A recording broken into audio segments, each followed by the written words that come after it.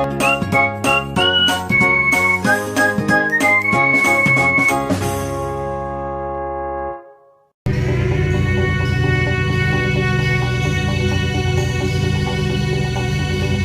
कहानी एक हाथी और चूहा का है।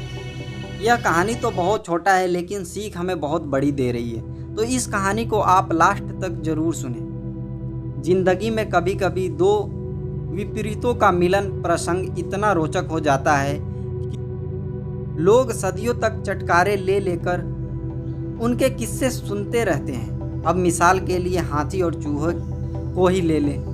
आकार के मामले में दोनों धरती के दो ध्रुवों की तरह एक दूसरे के विपरीत हैं। गजब की बात यह कि दोनों का आमना सामना भी नहीं होता। अब नहीं होता तो नहीं होता, लेकिन किसी ने शपथ थोड़े ही ले रखी है। कभी न कभी किसी मोड़ पर मुलाकात हो भी सकती है, और जिस दिन हो जाती है लोगों के लिए चर्चा का विषय का जुगाड़ कर ही जाती है। बस ऐसे ही संयोगवश एक दिन एक हाथी ने किसी छोटे से चूहे को देख लिया। अब साधारणतः हाथी की नज़र चूहे पर पड़ती नहीं है, पर यह भी कोई नियम तो है नहीं। सो उस दिन नज़र पड़ गई।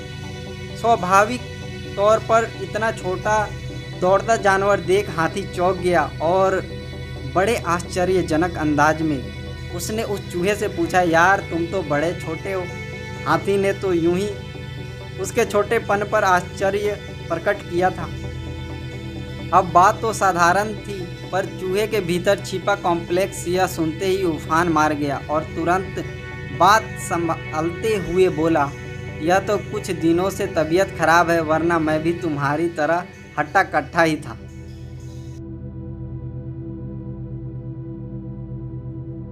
इस कहानी का सार, यदि गौर करें तो हम भी अपने कॉम्प्लेक्सों के कारण सुबह से शाम तक न जाने कितनों को चूहे के अंदाज में ही जवाब देते रहते हैं। सवाल यह कि हम बड़े छोटे, नाटे खोटे, बुद्धिमान या मूर्ख, धनवान गरीब या स्ट्रगलर, चाहे जो वह जैसे हैं, मानने में क्या अड़चन है।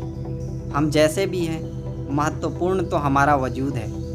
इतनी सी बात हम क्यों नहीं समझते।